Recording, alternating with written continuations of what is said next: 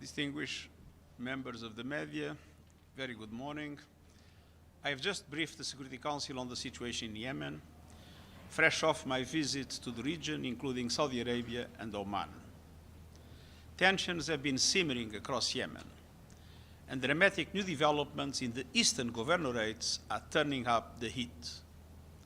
Earlier this month, forces affiliated with the Southern Transitional Council, or STC, advanced on Hadramaut and Al-Marra. As I told the Security Council, unilateral actions will not clear a path to peace. They deepen divisions, harden positions, and raise the risk of wider escalation and further fragmentation. A full resumption of hostilities could have serious ramifications on regional peace and security, including on the Red Sea, in the Gulf of Aden, and in the Horn of Africa. I urge all parties to exercise maximum restraint, de-escalate tensions, and resolve differences through dialogue. And this includes regional stakeholders whose constructive engagement and coordination in support of UN mediation efforts are essential for ensuring collective security interests. The sovereignty and territorial integrity of Yemen must be preserved. Yemen needs a sustainable, negotiated political settlement, one that embraces the aspirations of all Yemenis and brings this devastating conflict to an end. Until then, the Yemeni people will continue to pay a terrible price.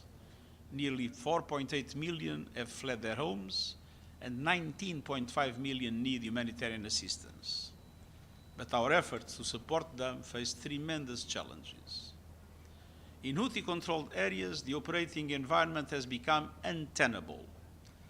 I strongly condemn the continued arbitrary detention of 59 UN colleagues and partner personnel, as well as staff from NGOs, civil society organizations, and diplomatic missions. I call for their immediate and unconditional release in accordance with international law.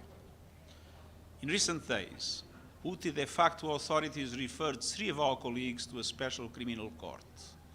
This referral must be rescinded. They have been charged in relation to their performance of United Nations official duties. These charges must be dropped. The continued detention of our colleagues is a profound injustice to all those who have dedicated their lives to helping the people of Yemen. The United Nations and its partners must never be targeted, arrested, or detained in connection with their official duties. We must be allowed to perform our work without interference, and despite these challenges, we remain committed to providing life-saving support to millions of people across Yemen. This year, we reached more than 5.3 million people with food, nutrition, water, and health assistance. With adequate funding and operational space, we can do much more.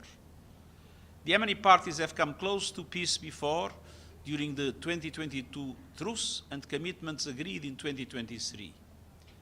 But subsequent developments have severely complicated the situation. Even so, the path to peace is possible.